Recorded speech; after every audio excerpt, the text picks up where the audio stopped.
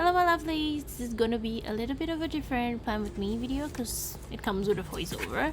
I recently did a poll in my Instagram to see if you guys would like these videos to be accompanied with voiceovers, and a lot of the answers said yes, so here I am trying something new. As you know, I've been trying a few new things for the YouTube as well, so I thought with this video I'll just give you an update of how the month went, kind of thing, because this is planned with me for February, so I'm guessing I can update you on what's been happening in January and perhaps what to expect in February, and kind of my aspiration and what I want to do for next month and things like that.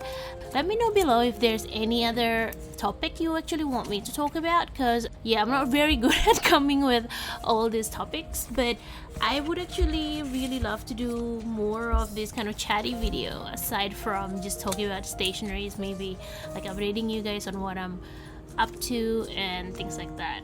The plan with me spreads are usually, I already have kind of like a template almost, because I like to make sure that all the pages kind of like look very consistent, so there's not a lot to it. This year I've decided to use some of these Freckles Teen notepad papers because they actually have the perfect amount of designs for the whole 12 months. They're also inspired by seasons, so I find that pretty cool, so I matched it up with my season because the season that they actually have is for Taiwan, so that's like the northern hemisphere, whereas we're completely different. So I changed it a bit around. The date wouldn't be the same, but if I can cover it I'll probably cover it.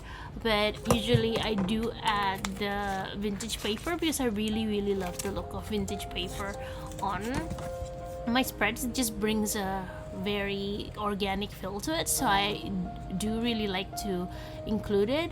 I also really like adding one of the peon girls. You know me, I love peon girls and I use them a lot, so usually I use the same tape for the whole year just to keep it consistent, and that also takes it away from me having to think about a lot of things that are very different. Like, I like having the template that it uses this and this, and then I can create after that. So when you actually look through the whole planner, there's already things that you expect because it appears on every month, but also whatever the surrounding is always different every month. So that's how I like to create this title pages for my bullet journal / planner. So basically just updating you guys about how January is going. I actually got COVID the first week of January, so immediately on New Year's Day I tested positive. I didn't actually go out and party a lot like some of you might think that I did.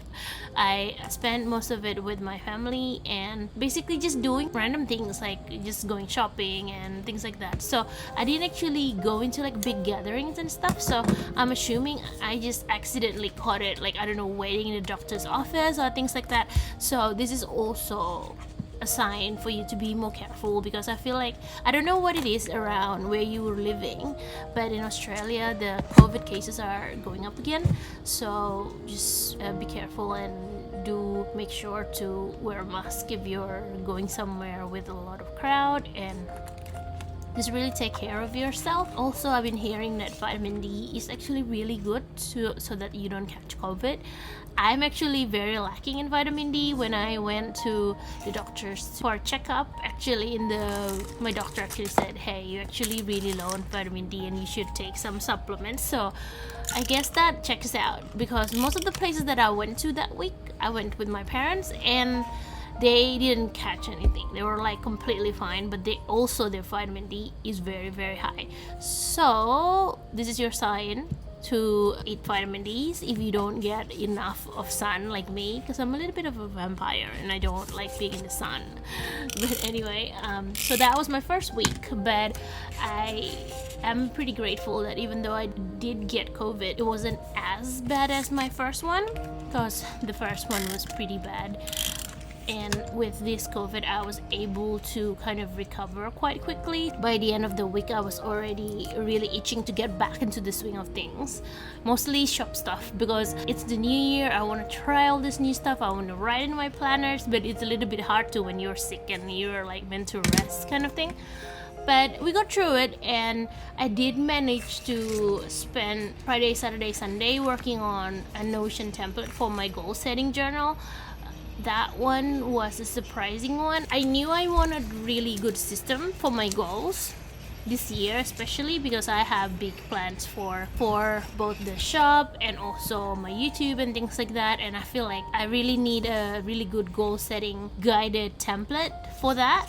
So I made one for myself, researching this and that, and after I made it I feel like, hey, maybe there's gonna be some people that this might help as well, because it helps you by making you think about your dream life, like what you aspire to be, and then you kind of break it down through your areas of life. So what do you want to be like health wise, what do you want to be like mental health wise, and those kind of stuff. So that is, I feel like it gives you a good breakdown, and then once you break it down and once you give them a score, then you compare it to each other and you see which one that you should work on, because obviously if you're already content with some of parts of your life and there's parts of your life that are a little bit lower, then you would want to work on the areas of life that you gave lower scores to. And then after that you kind of break it down from like long-term goals into yearly goals, and then eventually to quarterly goals. This is why it's very interesting for me. It's something new that I learned, that you do goal setting in a way that in a concept that is called a 12-week year. So instead of you doing your goals like you have all year to actually achieve the goals, you set goals like you have to achieve it in 3 months, in essentially 12 weeks. And the good thing about that is that a whole year is a long time, so you get complacent quite quickly. I feel like if it's very long, you'll have a tendency to procrastinate.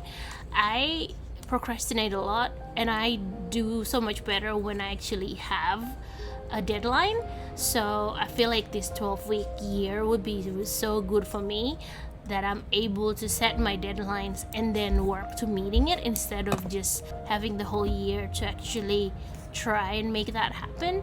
So that is something I've been really excited about for this month, and just putting it out there, because I feel like the more I put it out there, the more accountability I need to do. So the 2 goals that I have for my quarter one is mostly for YouTube to be more consistent. I am quite consistent for my YouTube. For every Sunday I will release a video, but I also want to release something on a Wednesday. It probably won't be a long video because I don't have too much time for all of those, but I still want to do like a bonus video once every month or something like that, and something that is a little different than my other videos, because with my videos I already have a few that I repeat kind of thing, but I think I want to try add extra ones. One of the examples of those kind of videos are the desk tour that I released last week, because I feel like that is something that everyone's been asking me about. I'm glad that it's actually out, so I hope that you guys really enjoyed that.